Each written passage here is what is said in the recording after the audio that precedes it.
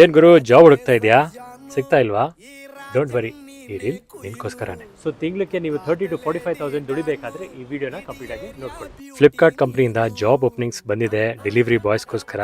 ತುಂಬಾ ಸಿಂಪಲ್ ಆಗಿ ಈಸಿಯಾಗಿ ಅಪ್ಲೈ ಮಾಡ್ಕೋಬಹುದು. ಒಂದು ಆಂಡ್ರಾಯ್ಡ್ ಫೋನ್ ಜೊತೆಗೆ Aadhaar card, PAN card and DL bank passbook compulsory ಬೇಕಾಗಬೇಕು.